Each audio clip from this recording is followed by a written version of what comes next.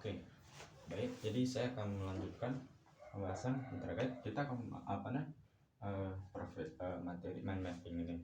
Nah, kita akan langsung saja kita akan masuk ke materi 1, yaitu yang terkait dengan materi peran, hak dan kewajiban guru.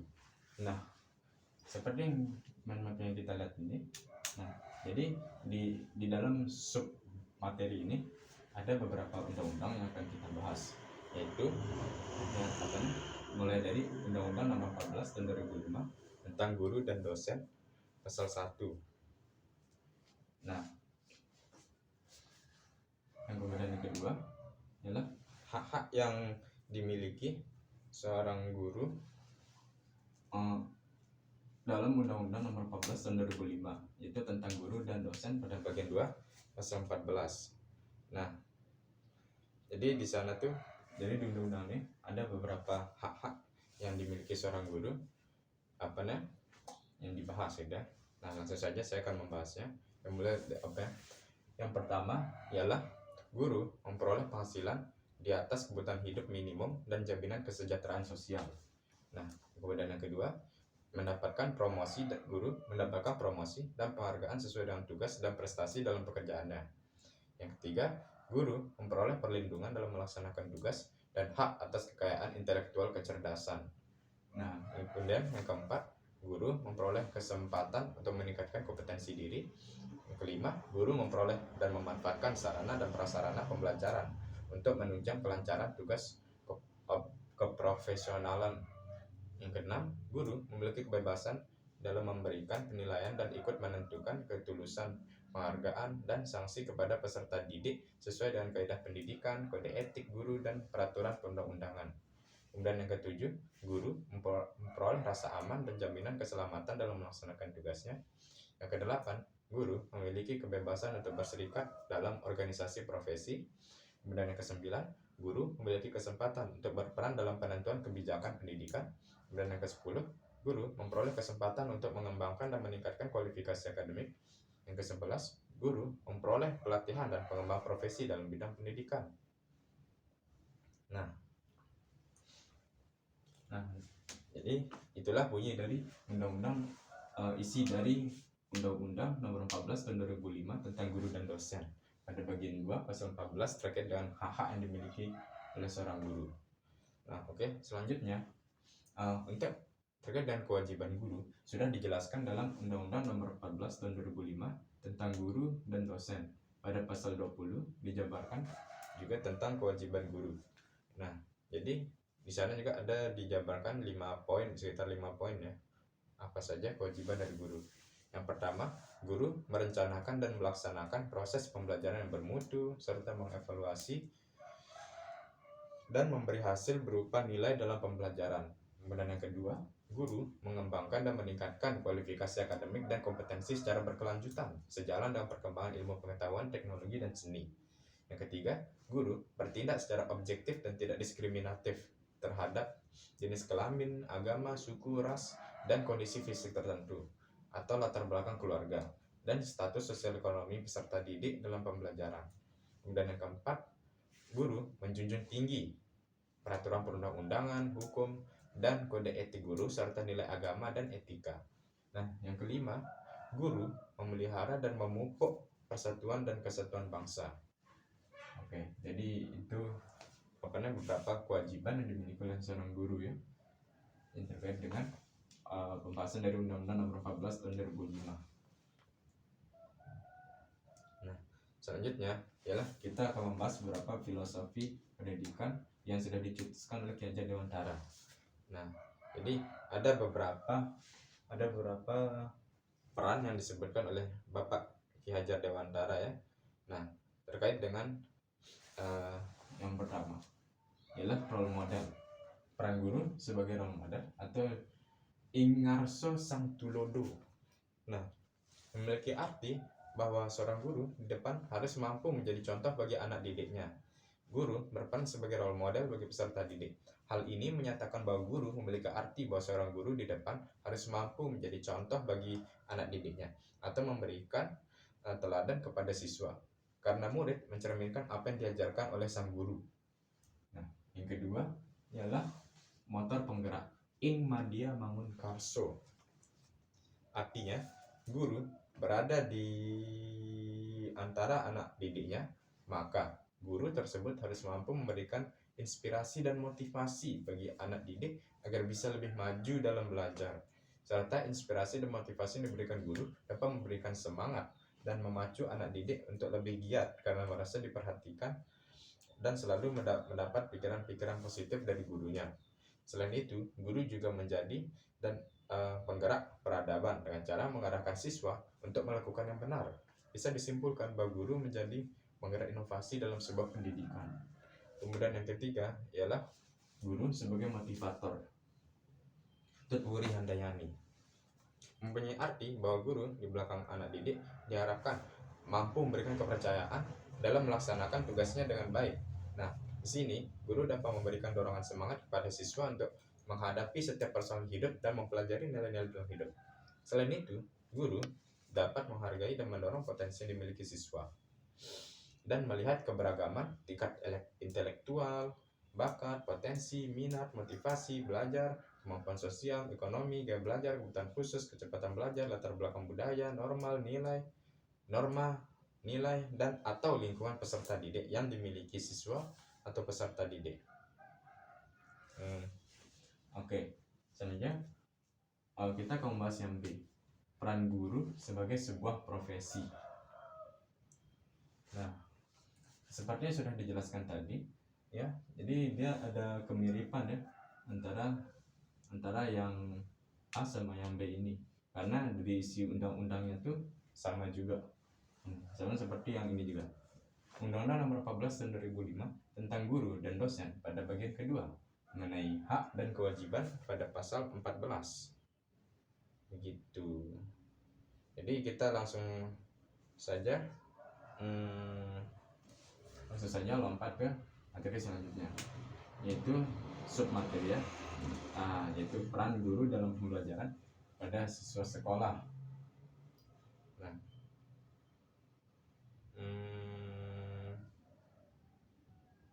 oke.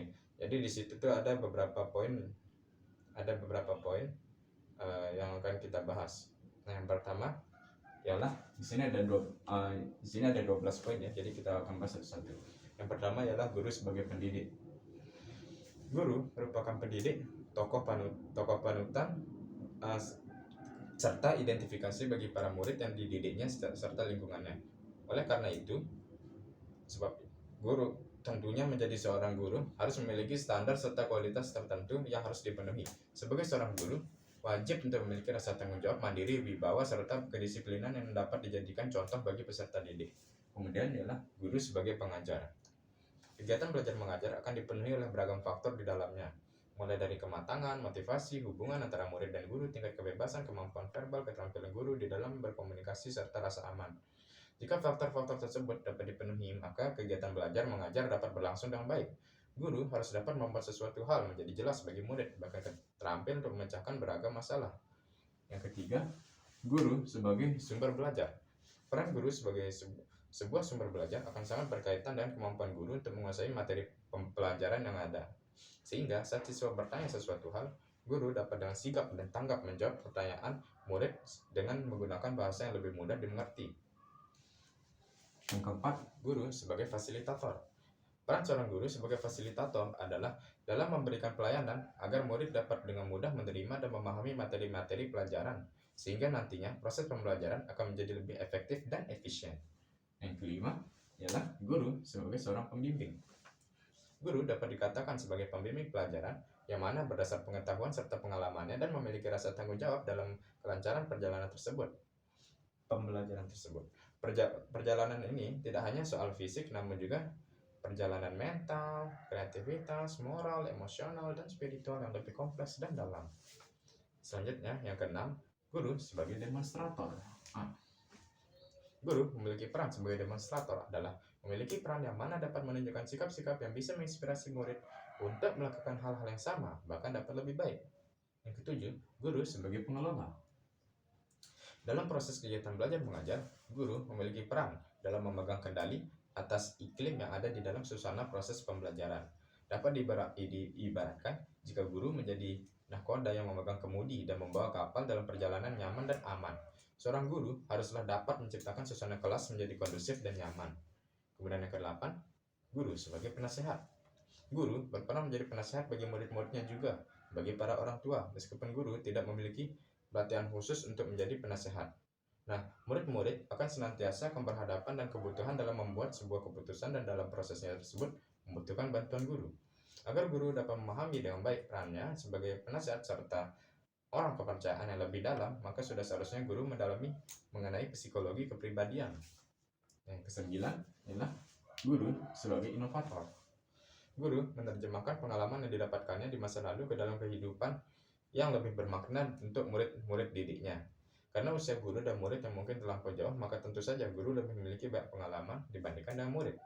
Tugas guru adalah untuk menerjemahkan pengalaman serta kebijakan yang berharga ke dalam bahasa yang lebih modern, yang mana dapat diterima oleh murid-murid. Selanjutnya ke-10, guru sebagai motivator. Proses kegiatan belajar mengajar akan berhasil jika murid-murid di dalamnya memiliki motivasi yang tinggi. Guru memiliki peran yang penting untuk membutuhkan motivasi serta semangat di dalam diri siswa dalam belajar. Yang ke-11, guru sebagai pelatih. Proses pendidikan serta pembelajaran tentunya membutuhkan latihan keterampilan. Oleh karena itu, entah itu dalam intelektual ataupun motorik. Dalam hal ini, guru akan bertindak sebagai pelatih untuk mengembangkan keterampilan tersebut. Hal ini lebih ditekankan dalam kurikulum 2004 yang mana memiliki basis kompetensi. Tanpa adanya latihan, maka tentunya seorang guru tidak akan mampu dalam menunjukkan penguasaan kompetensi dasar serta tidak mahir dalam keterampilan-keterampilan sesuai dengan materi standar. Nah, selanjutnya yang ke-12 ialah guru sebagai elevator. Setelah proses pembelajaran berlangsung, tentunya seorang guru harus melakukan evaluasi pada hasil yang telah dilakukan selama kegiatan pembelajaran tersebut. Evaluasi ini tidak hanya untuk mengevaluasi keberhasilan siswa untuk mencapai tujuan dalam kegiatan belajar mengajar, namun juga menjadi evaluasi bagi keberhasilan guru dalam pelaksanaan kegiatan belajar mengajar. Nah, oke, baik, sekian materi dari materi 1 ya, pembahasan materi 1. Nah, selanjutnya kita akan membahas materi 2, yaitu kode etik profesi guru.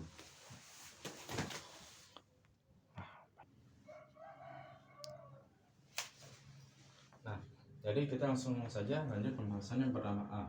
Pengertian, maksud, dan tujuan kode etik profesi guru. Nah, jadi di sini kita dibagi dua saja, yaitu pengertian kode etik profesi guru dan maksud dan tujuan kode etik profesi guru. Nah, yang pertama ialah kita akan bahas terkait dengan pengertian kode etik profesi guru. Apa itu kode etik profesi guru? Istilah kode etik itu bila dikaji maka terdiri dari dua kata, yaitu kode dan etik. Secara harfiah, kode artinya aturan dan etik yang berasal dari bahasa Yunani atau ethos, yang berarti watak, adab, atau cara hidup. Kesopanan, tata susila, atau hal-hal yang berhubungan dengan kesusilaan dalam mengerjakan suatu pekerjaan. Nah, dan demikian, kode etik keprofesian, professional code of ethic, pada hakikatnya merupakan suatu sistem peraturan atau perangkat prinsip-prinsip keperilakuan yang telah diterima oleh kelompok orang-orang yang tergabung dalam himpunan organisasi keprofesian tertentu. Nah, ini lanjut yang kedua, apa maksud dan tujuan dari kode etik profesi guru? Maksud dan tujuan utama kode etik adalah untuk memastikan bahwa tugas profesional dipenuhi dengan baik dan kepentingan semua pihak terlindung secara memadai. Penerima jasa ahli diberikan jaminan hak atas pelayanan bermutu tinggi sesuai dengan tanggung jawabnya, baik secara finansial maupun sosial, moral, budaya, dan lain-lain. Selain itu, penyedia layanan profesional harus dijamin martabat manusia, otoritas dan kredibilitas pribadi dan profesional, serta hak-hak atas imbalan yang layak sesuai dengan kewajiban jasa pelayanan mereka.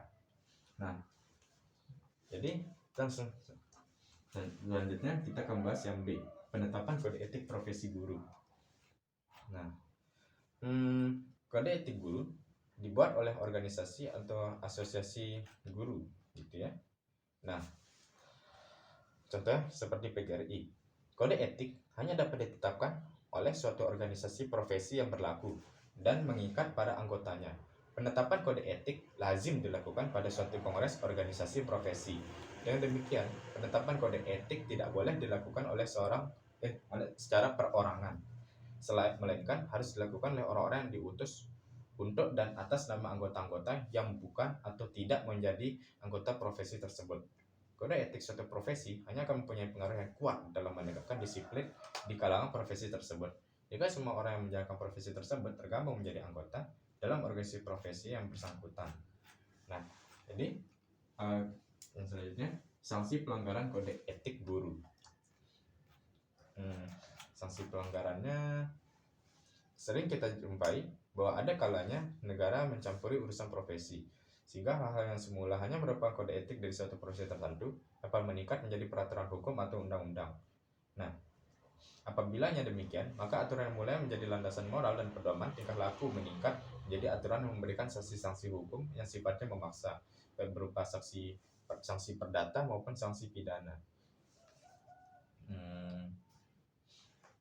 Nah, jadi di sini pada umumnya, karena kode etik adalah landasan moral dan merupakan pedoman sikap, tingkah laku, dan perbuatan, maka sanksi terhadap pelanggaran kode etik akan mendapat celaan dari rekan-rekannya. Sedangkan sanksi yang dianggap terberat adalah si pelanggar dikeluarkan dari organisasi profesi tertentu.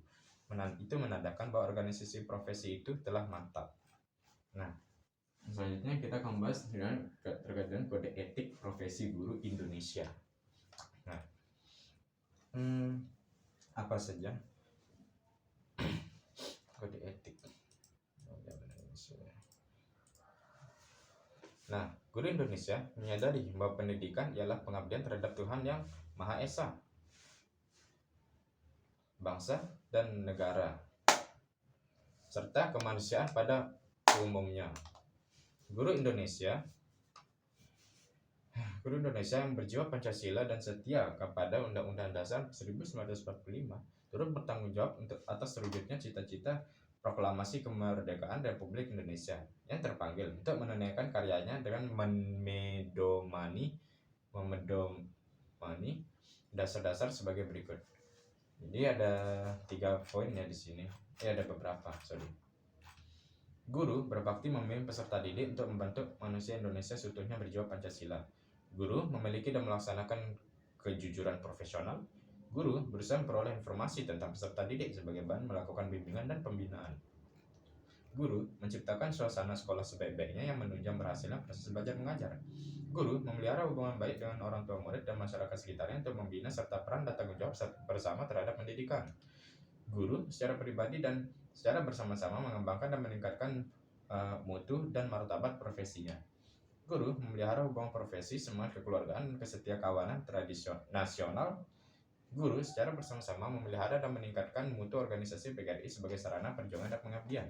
Guru melaksanakan segala kebijakan pemerintah dalam bidang pendidikan. Nah, yang selanjutnya kita akan membahas terkait dengan fungsi kode etik profesi.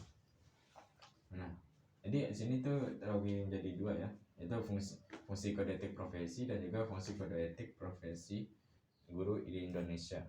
Nah, jadi yang pertama kita langsung saja bahas terkait dengan fungsi kode etik profesi. Pada dasarnya, kode etik punya fungsi ganda sebagai perlindungan dan pengembangan bagi profesi. Fungsi seperti itu sama seperti apa yang dikemukakan oleh beberapa tokoh ya, salah satunya oleh Biggs dan Blosser yang mengemukakan ada 3 fungsi kode etik, yaitu melindungi suatu profesi dari campur tangan pemerintah, yang kedua terjadinya pertentangan internal dalam suatu profesi, yang ketiga melindungi para praktisi dan kesalahan praktisi suatu profesi. Nah, yang selanjutnya ialah fungsi kode etik profesi guru Indonesia.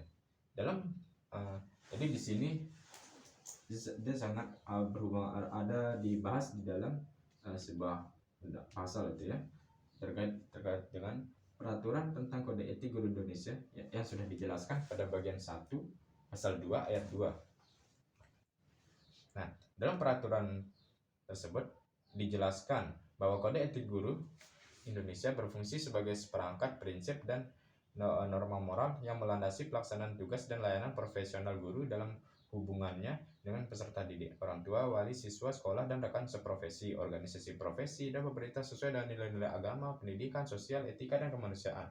Selain itu, fungsinya ialah menempatkan guru sebagai profesi terhormat, mulia, dan bermartabat yang dilindungi oleh undang-undang. Nah, jadi sekarang kita lanjut ke yang F. Alasan pentingnya kode etik guru. Jadi secara umum, kode etik ini dibahas untuk beberapa alasan, antara lain sebagai berikut. Perlindungan kepada pekerjaan sesuai dengan aturan dan praktik yang ditentukan berdasarkan hukum dan peraturan yang berlaku. Yang kedua, mengontrol munculnya ketidakpuasan dan perselisihan antar manajer untuk menjaga dan meningkatkan stabilitas internal dan eksternal pekerjaan. Yang ketiga, lindungi praktisi di masyarakat, terutama pada kegiatan ilegal, untuk melindungi warga negara dari praktek-praktek yang menyimpang dari peraturan yang berlaku. Nah, selanjutnya kita lanjut yang G. Kandungan makna kode etik profesi.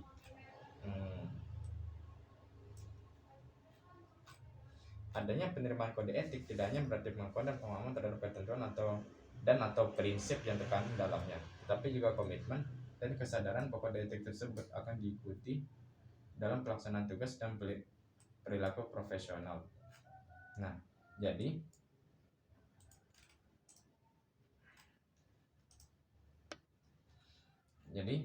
kode etik guru itu Indonesia itu banyak sumbernya gitu ya, yang bisa saja bersumber dari nilai-nilai agama dan Pancasila, nilai kompetensi pedagogis, kompetensi kepribadian, kompetensi sosial, dan kompetensi profesional.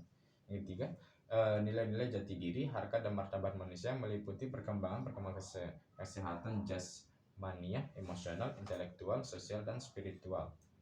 Nah, sebagai seorang pendidik, seorang guru harus memiliki syarat-syarat pokok menurut Sulani yang dijelaskan sebagai berikut. Syarat sahsiah, memiliki kepribadian yang dapat diandalkan. Nah, syarat ilmiah, memiliki ilmu pengetahuan yang mumpuni.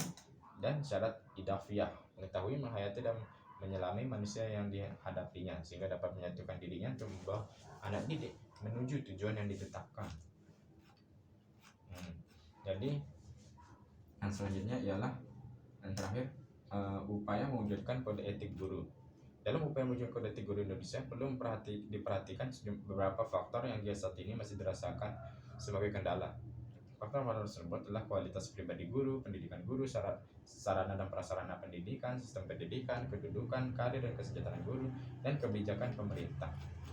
Nah, berbagai pihak yang memiliki keterkaitan membuat kebijakan, keputusan para pakar, manajer, dan pelaksana secara proporsional dan profesional seyogianya dapat bekerja sama secara sistemik, sinergi, dan simbiotik dan dalam mewujudkan kode etik guru Indonesia. Hal yang paling mendasar adalah kemauan politik yang terwujud dalam bentuk kebijakan manajemen guru dan perlakuan terhadap profesi guru.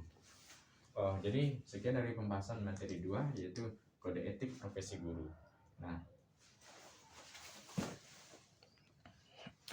oke, selanjutnya kita akan membahas materi ketiga, yaitu sertifikasi guru.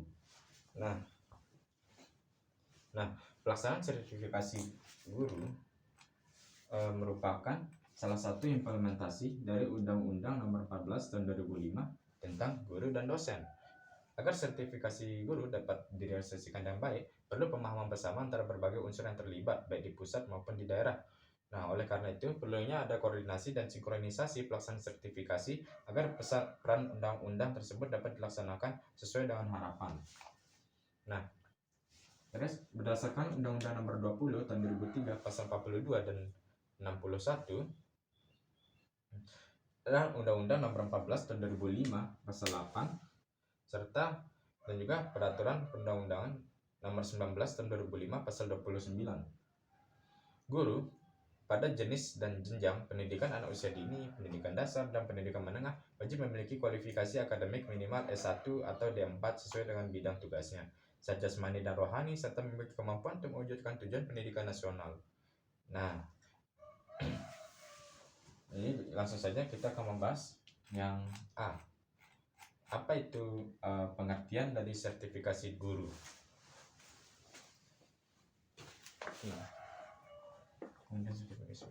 Menurut Undang-Undang Republik Indonesia Nomor 14 Tahun 2005 tentang guru dan dosen, dikemukakan bahwa sertifikasi adalah proses pemberian sertifikat pendidik untuk guru dan dosen. Sedangkan sertifikat pendidik adalah bukti formal sebagai pengakuan yang diberikan kepada guru dan dosen sebagai tenaga profesional. Nah, itu menurut Mulyasa. Sedangkan menurut Suyatno, sertifikasi guru adalah proses pemberian sertifikat pendidik kepada guru yang telah memenuhi standar profesi guru. Nah,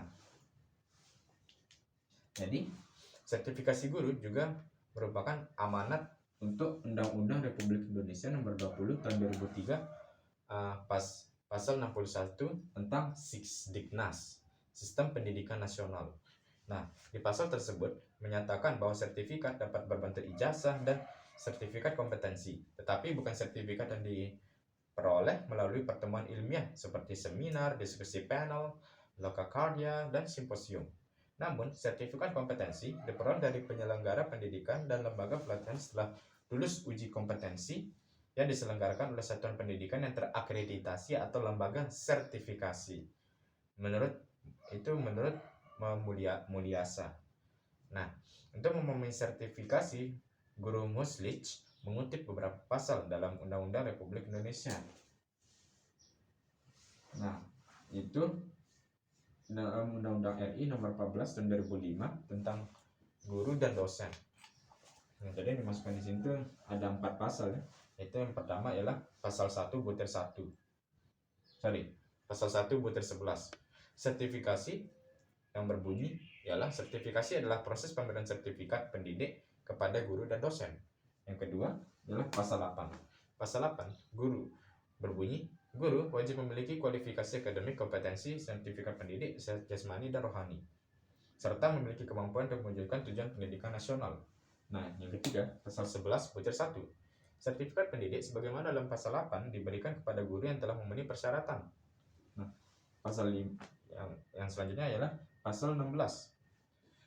Guru yang berbunyi, guru yang memiliki sertifikat pendidik memperoleh tunjangan profesi sebesar 1 kali gaji guru negeri maupun swasta dibayar pemerintah. Nah,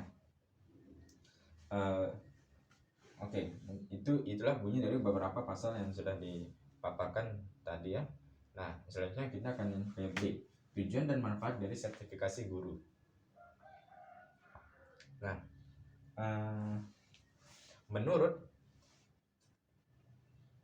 Menurut Wibowo, dalam bukunya Mulyasa mengatakan bahwa sertifikasi dalam kerangka makro adalah upaya peningkatan kualitas layanan dan hasil pendidikan yang bertujuan untuk hal-hal sebagai berikut. Jadi ada lima poin ya.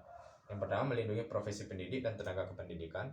Yang kedua, melindungi masyarakat dari praktik-praktik yang tidak kompeten sehingga merusak citra pendidik dan tenaga kependidikan.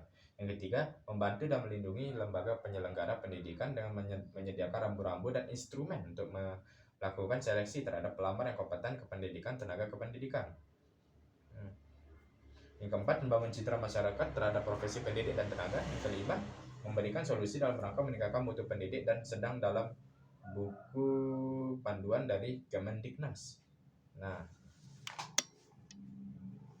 oke. Jadi kita lanjut yang kemudian kita akan membahas terkait dengan prinsip pelaksanaan sertifikasi guru. Sesuai dengan Permendikbud Nomor 5 Tahun 2012, sertifikasi guru dalam jabatan tahun 2012 dilaksanakan dan berbasis program studi. Nah, berdasarkan ketentuan itu, maka prinsip sertifikasi guru 2012 dilaksanakan sebagai berikut. Nah, yang pertama, sertifikasi guru dilaksanakan oleh program studi yang relevan dengan mata pelajaran guru. Yang kedua, apabila rayon LPTK tidak memiliki program studi yang relevan dengan mata pelajaran guru yang disertifikasi, tetapi ditugasi melaksanakan sertifikasi guru dari mata pelajaran tersebut, harus melakukan kerjasama dengan perguruan tinggi pendukung, PT pendukung, yang memiliki program studi non-kependidikan yang relevan. Nah, yang ketiga, kerjasama antara rayon LPTK dengan PT pendukung lebih lanjut diatur dalam buku 4 Pedoman Sertifikasi Guru tahun 2012, yaitu tentang rambu-rambu pelaksanaan PLPG. Nah, yang D, selanjutnya kita akan bahas persyaratan tentang sertifikasi guru. Nah, persyaratan ujian sertifikasi dibedakan menjadi 2, yaitu persyaratan akademik dan non-akademik. Nah, jadi di sini kita akan membahas persyaratan akademiknya saja ya. Nah, yang pertama, bagi guru TKRA, kualifikasi akademik minimum D4 S1, latar belakang pendidikan tinggi di bidang PAUD, sarjana kependidikan lainnya, dan sarjana psikologi. Nah, bagi guru SDMI, kualifikasi akademik minimum D4 S1 latar belakang pendidikan tinggi di bidang pendidikan SDMI ke pendidikan lain atau psikologi. Yang ketiga, bagi guru SMP MTs dan SMA MA SMK, kualifikasi akademik minimal D4 S1 latar belakang pendidikan tinggi dan program pendidikan yang sesuai dengan mata pelajaran yang diajarkan. Yang keempat, bagi guru yang memiliki prestasi istimewa dalam bidang akademik, dapat diusulkan mengikuti ujian sertifikasi berdasarkan rekomendasi dari kepala sekolah, dewan guru, dan diketahui serta disahkan oleh kepala cabang dinas dan kepala dinas kependidikan. Nah, yang selanjutnya kita akan membahas proses dalam mendapatkan sertifikasi guru dalam prajabatan dan dalam jabatan. Yang kelima gitu ya. Nah, jadi dibagi dua ya, ada dalam prajabatan dan dalam jabatan. Nah, dalam prajabatan ini, sebelum dikenal dengan nama pendidikan profesi guru atau PPG prajabatan, PPG dulunya dikenal dengan istilah pendidikan dan latihan profesi guru, PLPG. Nah, program ini dilaksanakan oleh LPTK, Lembaga Pendidikan Tenaga Kependidikan, mulai tahun 2000. Terus ada dua jalur pada PPG prajabatan, yaitu PPG bersubsidi dan juga PPG swadana. Nah, apa yang membedakan dari dua ini? Baik, yang pertama PPG bersubsidi.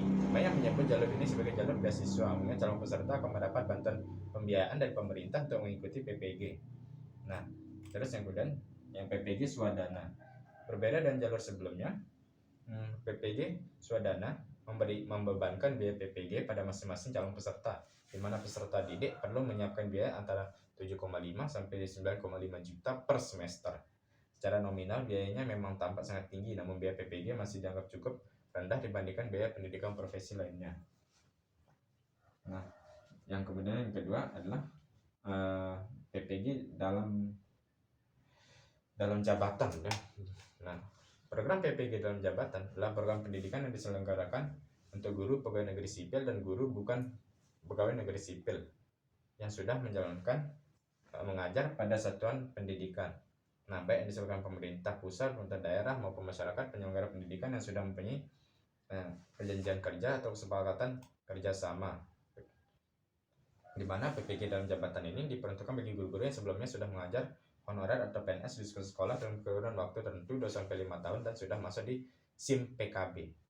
Nah, selanjutnya ialah penyelenggaraan sertifikasi guru. Lembaga penyelenggara sertifikasi diatur Undang-Undang Nomor 14 Tahun 2005 Pasal 11 Ayat 2. Terus yang berbunyi, perguruan tinggi yang memiliki program pengadaan tenaga kependidikan yang terakreditasi dan ditetapkan oleh pemerintah. Nah, maksudnya penyelenggaraan dilakukan oleh perguruan tinggi yang memiliki fakultas keguruan seperti FKIP dan fakultas tarbiyah dan lain sebagainya, yang sudah terakreditasi oleh Badan Akreditasi Nasional Perguruan Tinggi Departemen Pendidikan Nasional Republik Indonesia dan sudah ditetapkan oleh pemerintah. Nah, pelaksanaan sertifikasi ini diatur oleh penyelenggara, itu kerjasama antara Dinas Pendidikan Nasional, daerah atau Departemen Agama provinsi dan perguruan tinggi ditunjuk. Nah, menurut Undang-Undang Nomor 14 Tahun 2005 Pasal 13 Ayat 1, pemerintah dan pemerintah daerah wajib menyediakan anggaran untuk meningkatkan kualifikasi akademik dan sertifikasi pendidik bagi guru dalam jabatan yang diangkat oleh satuan pendidikan yang diselenggarakan oleh pemerintah daerah dan masyarakat. Mungkin sekian dari pembahasan materi 3 ya terkait dengan sertifikasi guru. Nah, selanjutnya kita akan membahas materi keempat, yaitu organisasi keprofesian keguruan. Nah, yang pertama, jadi kita akan bahas tentang apa itu organisasi keprofesian guru. Nah, berdasarkan Undang-Undang Nomor 14 Tahun 2005 tentang guru dan dosen, profesi guru tidak hanya sebuah profesi yang bermartabat, tetapi juga mendapatkan perhatian pemerintah Republik Indonesia. Nah, itulah salah satu bunyi dari Undang-Undang Nomor 14 Tahun 2005 tentang guru dan dosen. Selanjutnya kita langsung saja masuk ke pembahasan. Kita akan bahas ini terkait dengan pengertian organisasi keprofesian keguruan. Nah, Organisasi profesi keguruan terdiri dari 3 kata, yaitu organisasi, profesi, dan guru. Organisasi sendiri berarti suatu aktivitas atau kegiatan dikerjakan secara bersama-sama dalam rangka mencapai tujuan bersama. Menurut bahasa, organisasi berasal dari kata orgonondalam, bahasa Yunani yang berarti alat. Nah, jadi di sini saya akan mengutip. Oke, saya langsung simpulkan saja. Organisasi profesi keguruan ialah wadah yang berfungsi sebagai penampungan dan penyelesaian masalah yang dihadapi dan diselesaikan secara bersama-sama yang berkaitan dengan dunia pendidikan. Dan kata lain, organisasi profesi keguruan adalah sebuah wadah perkumpulan orang-orang memiliki suatu keahlian dan keterampilan mendidik yang melalui proses pendidikan dan pelatihan yang relatif lama, serta dilakukan di suatu lembaga tertentu yang biasa dipertanggungjawabkan, yang bisa dipertanggungjawabkan. Nah, itu saya mengutip kata dari Susanto. Nah, jadi yang selanjutnya kita akan membahas fungsi organisasi profesi guru. Nah, yang pertama ialah fungsi pemersatu. Dorongan yang menggerakkan pada profesional untuk membentuk suatu organisasi keprofesian secara intrinsik. Para profesional terdorong oleh keinginannya mendapatkan kehidupan yang layak sesuai dengan profesi yang diembannya. Nah, kemudian yang kedua ialah fungsi peningkatan kemampuan profesional. Jadi, fungsi ini telah tertuang dalam Peraturan Pemerintah Nomor 38 Tahun 1992 Pasal 61. Nah, yang berbunyi, tenaga kependidikan dapat membentuk ikatan profesi sebagai wadah untuk peningkatan dan mengembangkan karir, kemampuan, kewenangan profesional, martabat, dan kesejahteraan tenaga kependidikan. Nah, menurut Johnson Abin Syamsuddin, kompetensi kependidikan dibangun oleh 6 perangkat kompetensi. Apa saja? Nah, yang pertama ialah performance component, yaitu unsur kemampuan penampilan kinerja yang sesuai dengan profesi kependidikan. Kemudian yang kedua ialah subject component, yaitu unsur kemampuan penguasaan bahan substansi pengetahuan yang relevan. Nah, kemudian yang ketiga ialah professional component, yaitu unsur kemampuan penguasaan substansi pengetahuan dan keterampilan teknis profesi kependidikan. Kemudian yang keempat, process component, yaitu unsur kemampuan penguasaan proses-proses mental mencakup berpikir logis dalam pemecahan masalah. Yang kelima, adjustment component, yaitu unsur kemampuan penyelesaian dan penyesuaian diri berdasarkan karakteristik pribadi pendidik. Nah, yang keenam, attitudes component, yaitu unsur komponen sikap nilai kepribadian pendidik atau guru. Oke, jadi maksudnya kita yang C itu tujuan organisasi profesi guru. Tujuan organisasi profesi kependidikan menurut visinya secara umum ialah terwujudnya tenaga kependidikan yang profesional. Nah, apa saja? Yaitu ada 5 butir ya, saya sebutkan sedikit saja. Yang pertama, meningkatkan dan mengembangkan karir anggota. Hal itu merupakan upaya organisasi dalam bidang mengembangkan karir anggota sesuai bidang pekerjaannya. Kemudian yang kedua, meningkatkan dan mengembangkan kemampuan anggota merupakan upaya terwujudnya kompetensi kependidikan yang handal pada diri tenaga kependidikan. Kemudian yang ketiga ialah meningkatkan dan mengembangkan kewenangan profesional anggota merupakan upaya para profesional untuk menempatkan anggota suatu profesi sesuai kemampuannya. Yang keempat, meningkatkan dan mengembangkan martabat anggota merupakan upaya organisasi profesi kependidikan agar anggotanya terhindar dari perlakuan tidak manusiawi. Kemudian yang kelima, meningkatkan dan mengembangkan kesejahteraan merupakan upaya organisasi profesi kependidikan untuk meningkatkan kesejahteraan lahir batin anggotanya. Nah, yang selanjutnya kita akan bahas yang D, yaitu ruang lingkup organisasi profesi guru. Nah, yang pertama kita akan membahas bentuk dan corak organisasi profesi kependidikan. Nah, ada 4 bentuk organisasi profesi keguruan ya. Apa saja? Yaitu ada persatuan, union atau disebut juga union. Yang kedua federasi atau federation. Yang ketiga alliance. Dan yang keempat asosiasi, kita disebutkan association. Nah, corak organisasi profesi dibedakan berdasarkan satu, jenjang pendidikan di mana mereka bertugas. Yang kedua, status penyelenggara kelembagaan pendidikannya. Yang ketiga, bidang studi keahliannya. Dan yang keempat, gender. Dan yang kelima ialah latar belakang etnis. Nah, selanjutnya kita akan membahas struktur dan kedudukan organisasi profesi keguruan ya. Nah, berdasarkan struktur dan kedudukannya, organisasi profesi keguruan terbagi atas 3 kelompok, yaitu 1. Organisasi profesi keguruan yang bersifat lokal, kedaerahan, dan kewilayahan. Nah, kemudian yang kedua, organisasi profesi keguruan yang bersifat nasional, seperti Persatuan Guru Republik Indonesia atau PGRI. Dan yang ketiga, organisasi profesi keguruan yang bersifat internasional, seperti UNESCO, United Nations Educational, Scientific, and Cultural Organization. Nah, kemudian yang ketiga, keanggotaan organisasi profesi guru. Dengan adanya keragaman bentuk dan corak serta organisasi profesi kedudukan pendidikan atau keguruan, nah, dengan sendirinya keanggotaan organisasi profesi pendidikan ini beragam pula. Akan tetapi, pada umumnya organisasi profesi pendidikan bersifat asosiasi atau persatuan langsung dari setiap pribadi pengembang profesi yang bersangkutan. Sedangkan keanggotaan profesi kependidikan yang bersifat federasi cukup terbatas oleh pucuk organisasi yang berserikat saja. Nah, yang keempat ialah program operasional organisasi profesi keguruan. Nah, sebagaimana organisasi profesi kependidikan memiliki tujuan dan fungsi, bahkan visi dan misi tersendiri.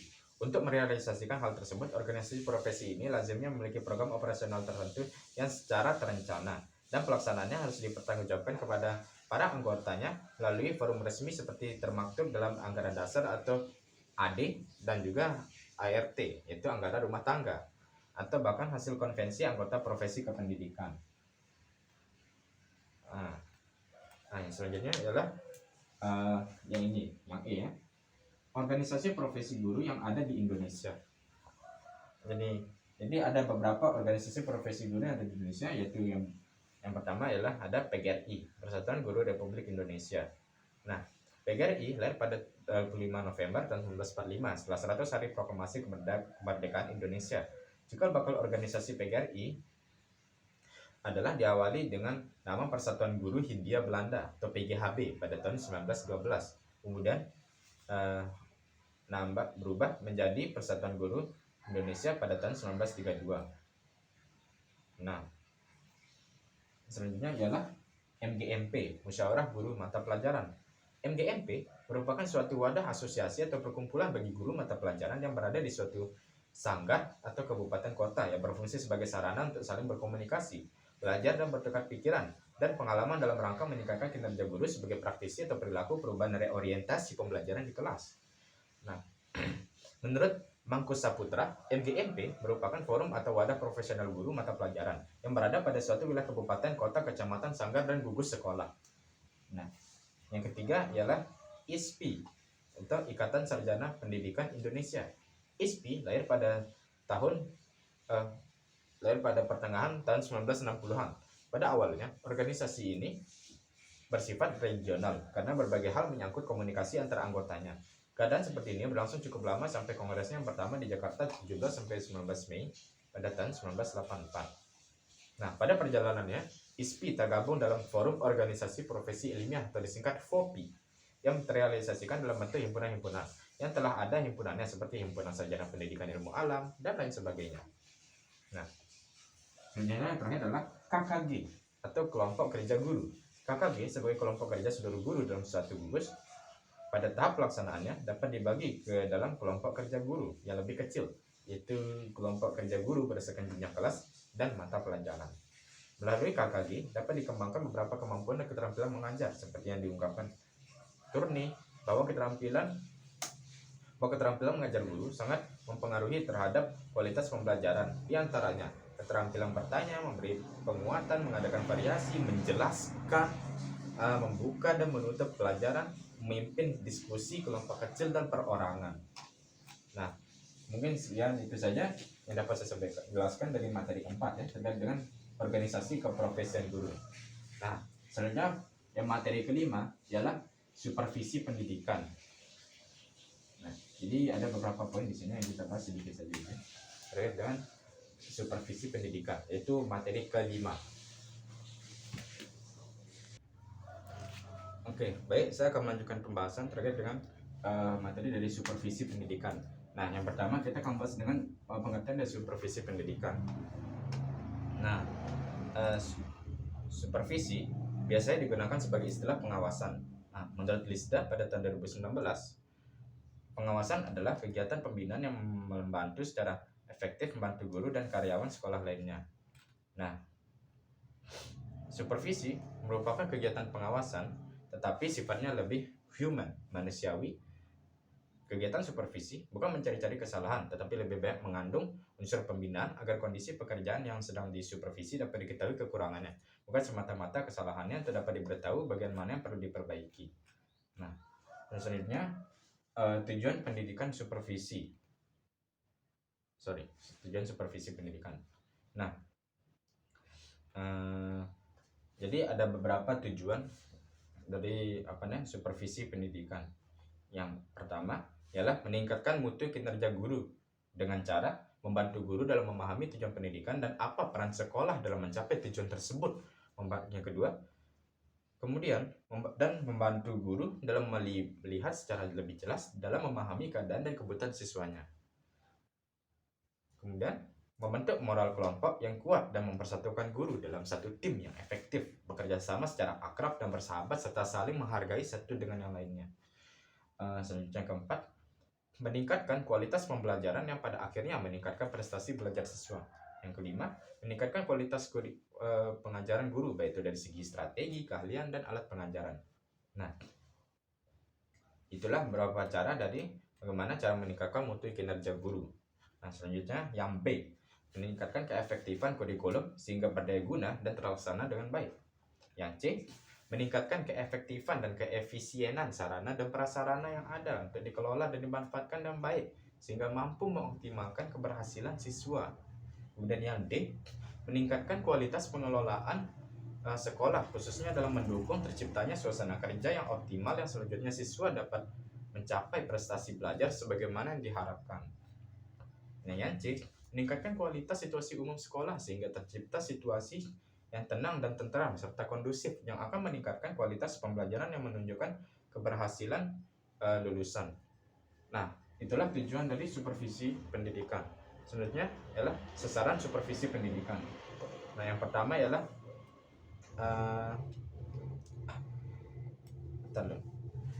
tujuan pemantauan dibagi menjadi 3 bagian. Yang pertama ialah supervisi akademik. Ini berfokus pada pengamatan pengawas tentang memecahkan masalah akademik. Itu hal-hal yang berlangsung dan mendukung kegiatan pembelajaran pada waktu siswa sedang dalam proses mempelajari sesuatu. Yang kemudian ialah supervisi administrasi. Ini yang kedua. Ini berfokus pada pengamatan pengawas pada para ahli administrasi yang bekerja sebagai pendukung dan pelancar terlaksananya pembelajaran. Yang ketiga ialah supervisi lembaga. Menyebarkan objek pengamatan pada aspek yang ada di sekolah.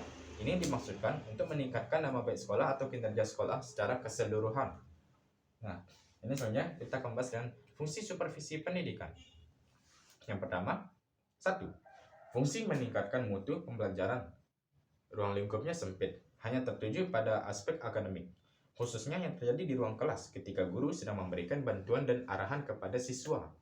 Nah, yang kedua, fungsi memicu unsur yang terkait dengan pembelajaran lebih dikenal dengan nama supervisi administrasi. Dan yang ketiga, fungsi membina dan memimpin. Nah, lanjut kita akan membahas selanjutnya kita akan bahas dengan prinsip supervisi pendidikan. Nah, apa saja prinsip-prinsipnya? Jadi, 1. Supervisi hendaknya memberikan rasa aman kepada pihak yang disupervisi.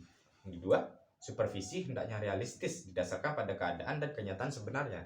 3. Dalam pelaksanaan supervisi, hendaknya terjalin hubungan profesional, bukan didasarkan atas hubungan pribadi.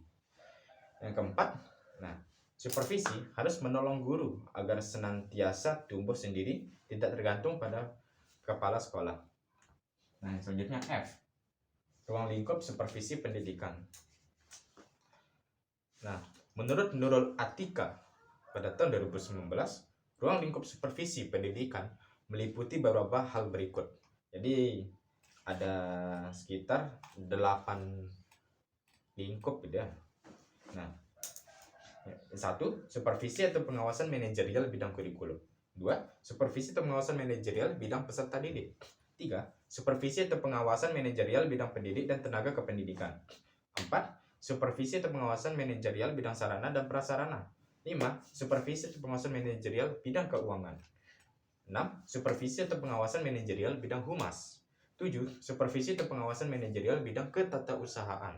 8. Supervisi atau pengawasan akademik seputar pembelajaran terkait metode, strategi sumber, dan edukasi.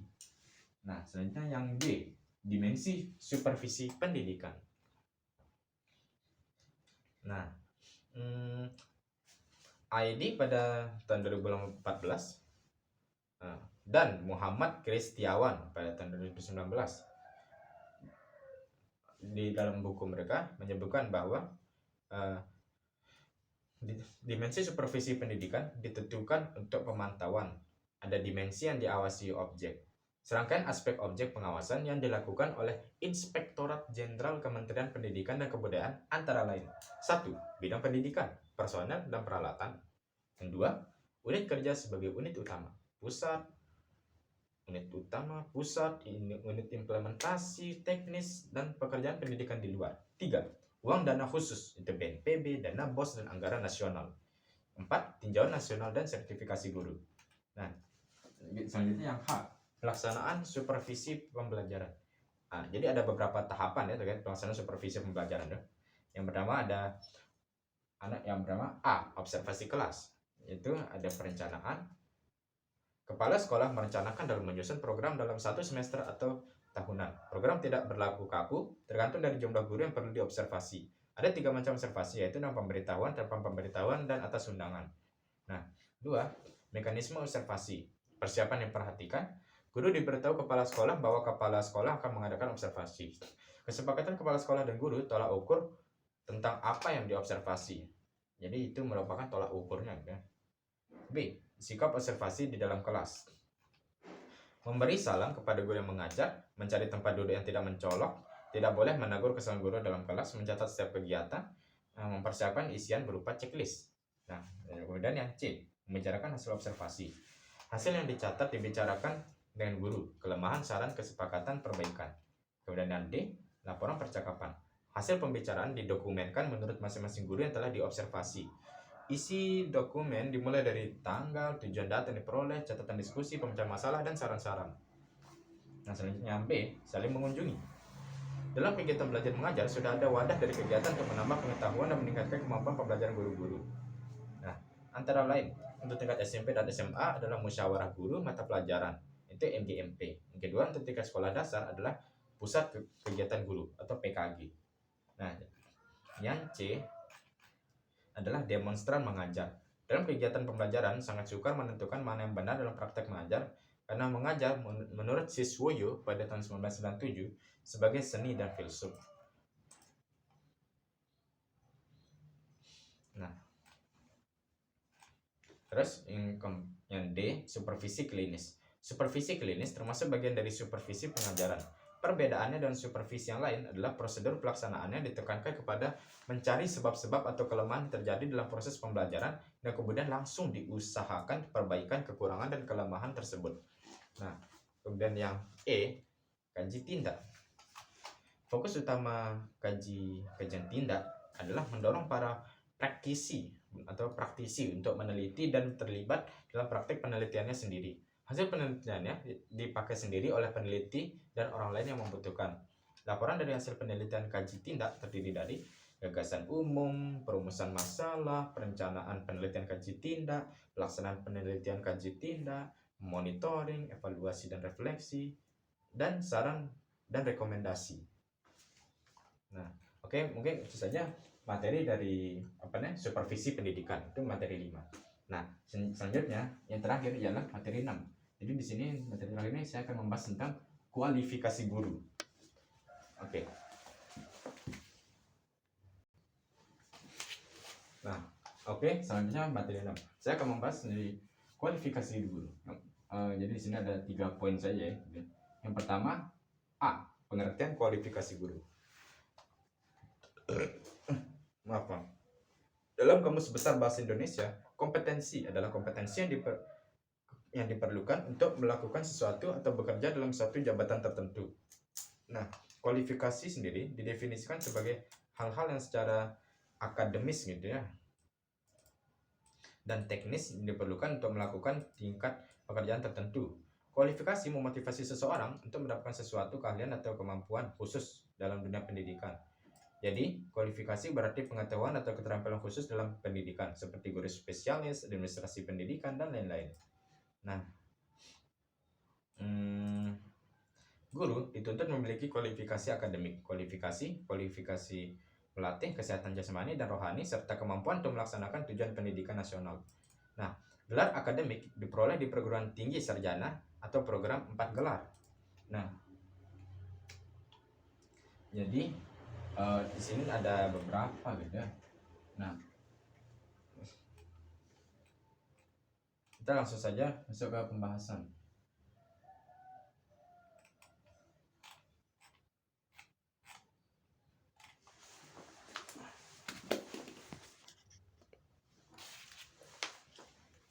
Nah, lanjut.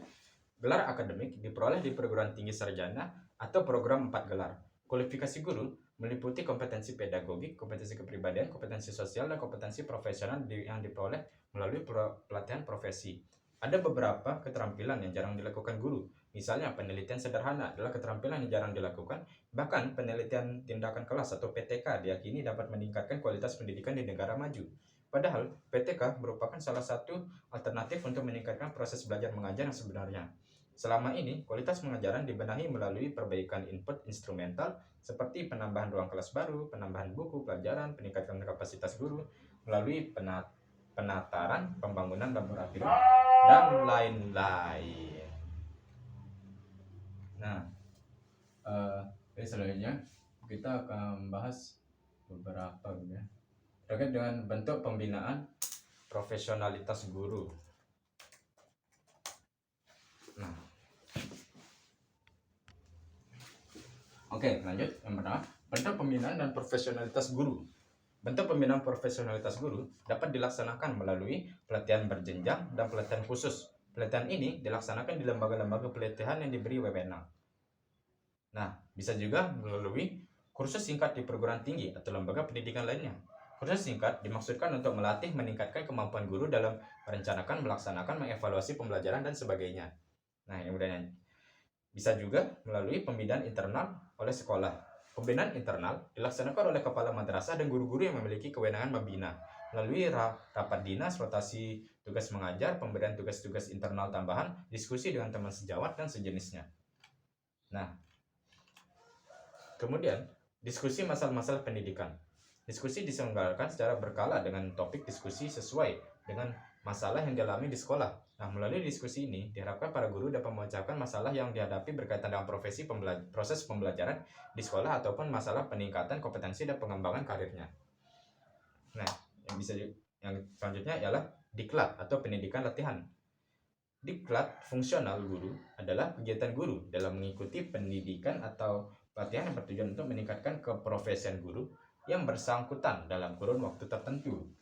Nah, selanjutnya ialah kita akan membahas terkait dengan sistem pembinaan guru profesional. Sistem pembinaan. Nah, jadi di sini ada beberapa poin ya dengan sistem pembinaan guru profesional. Yang pertama ialah peningkatan kemampuan guru melalui organisasi profesi. Nah, organisasi profesi guru diantaranya yaitu seperti yang sudah dijelaskan tadi pada materi 3. Materi 4 ya, dengan organisasi profesi guru. Jadi di sana tuh ada PGRI, MGMP, ISPI, dan KKG. Nah, ialah sebenarnya PGRI, yaitu Persatuan Guru Republik Indonesia. Yang kemudian MGMP itu ialah kependekan dari Musyawarah Guru Mata Pelajaran. Kemudian dan seterusnya.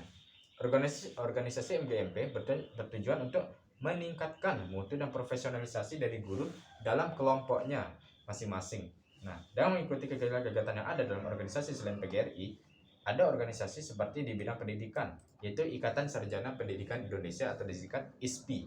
Nah, dengan telah terbentuknya organisasi profesi guru dapat meningkatkan kemampuan dirinya dan berlomba dalam kebaikan dan sesama teman profesi. Nah, selanjutnya ialah tujuan dan manfaat kualifikasi guru.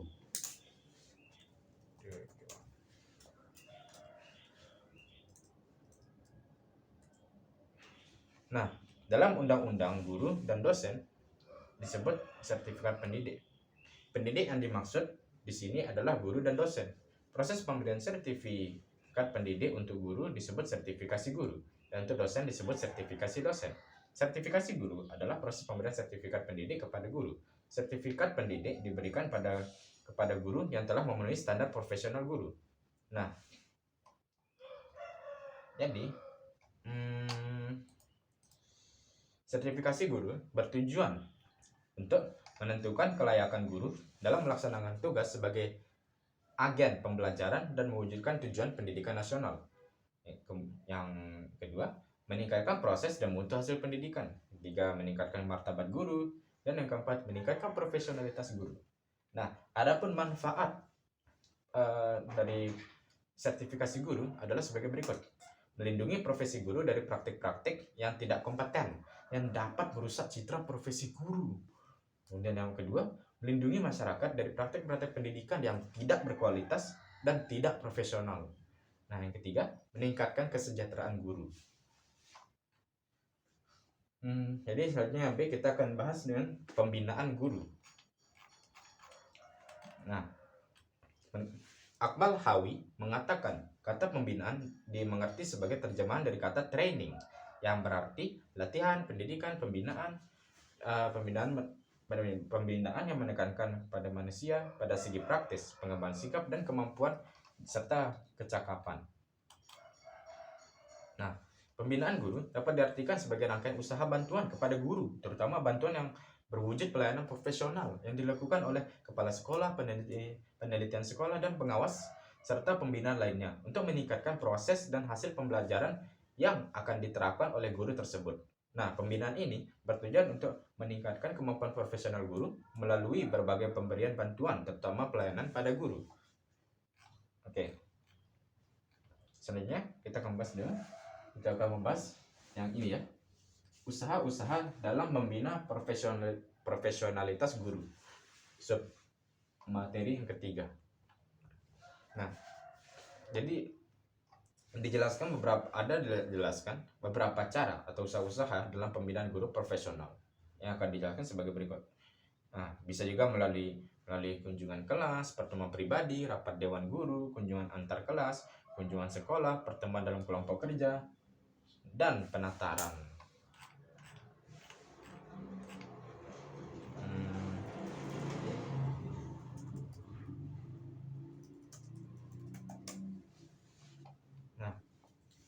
Lanjut kita akan membahas apa itu dari kualifikasi akademik. Nah, berdasarkan standar pendidik dalam peraturan pemerintah nomor 19 tahun 2005 disebutkan bahwa pendidik harus memiliki kualifikasi akademik dan kompetensi sebagai agen pembelajaran secara jasmani dan rohani, serta memiliki kemampuan untuk mewujudkan tujuan pendidikan nasional yang meliputi A. Kualifikasi akademik pendidikan minimal diploma 4, D4 atau sarjana S1. B. Latar belakang pendidikan sesuai dengan bidang atau mata pelajaran yang diajarkan. Yang C. Sertifikat profesi guru. Nah, terus kemudian yang kedua ialah kualifikasi kegiatan belajar mengajar. Terkait dengan kualifikasi kegiatan belajar mengajar ini, kuantitas dan kualitas guru dalam melangsungkan kegiatan belajar mengajar KBM adalah kompetensi guru yang merupakan kualifikasi yang harus dipenuhi guru dalam mengajar. Kualifikasi guru menjadi 3 dimensi, yaitu kompetensi yang menyangkut A. Rencana pengajaran. Rencana pengajaran tercermin dalam kalender pendidikan, program kerja tahunan, program kerja semester, program kerja bulanan, program kerja mingguan, dan jadwal pelajaran. Nah, kemudian B. Prosedur mengajar. Prosedur mengajar berkaitan dengan kegiatan mengajar guru. Kegiatan mengajar diartikan sebagai segenap aktivitas kompleks yang dilakukan guru dalam organisasi atau mengatur lingkungan mengajar dengan sebaik-baiknya dan menghubungkannya dengan anak sehingga terjadi proses belajar. Nah, Jadi, untuk mengetahui keberhasilan dari sebuah kegiatan belajar mengajar, perlu dilakukan penilaian atau evaluasi. Nah, fungsi dari evaluasi ini adalah untuk mengetahui tercapai tidaknya tujuan pengajaran dan keefektifan kegiatan belajar mengajar yang telah dilakukan oleh guru. Nah, kemudian yang ketiga ialah hubungan antar pribadi. Ditinjau dari prosesnya, kegiatan belajar mengajar merupakan proses komunikasi antara guru dan siswa. Guru sebagai aktor utama dalam proses komunikasi berfungsi sebagai komunikator. Komunikator yang dibina oleh guru akan tercermin dalam mengembangkan sikap positif siswa, bersifat luas dan terbuka pada siswa dan orang lain, dan menampilkan kegairahan dan kesungguhan dalam kegiatan belajar mengajar. Dan yang keempat, mengelola interaksi pribadi dalam kelas. Nah, proses komunikasi dalam kegiatan belajar mengajar berkaitan erat dengan komunikasi instruksional yang merupakan inti dari kegiatan belajar mengajar. Nah, mungkin sekian itu saja yang dapat saya jelaskan dari materi 6, yaitu kualifikasi guru. Nah, ini bisa kalian lihat sendiri, ini kontra mind mapping fullnya dari yang telah saya buat. Nah, jika ada kesalahan yang saya lakukan baik berupa pengucapan, perkataan maupun dalam perbuatan, kurang lebihnya saya mohon maaf sebesar-besarnya, karena yang kebenaran itu sesungguhnya kebenaran itu datang dari Allah Subhanahu wa taala, dan yang salah itu datang dari diri saya sendiri. Kurang lebihnya mohon maaf. Wabillahi taufiq wal hidayah. Wassalamualaikum warahmatullahi wabarakatuh. Saya Atasya Hadriano dengan NIM E1E0222226. Nah, dari kelas 2G. Kurang lebihnya mohon maaf. Wabillahi taufiq wal hidayah. Wassalamualaikum warahmatullahi wabarakatuh. Selamat siang dan terima kasih.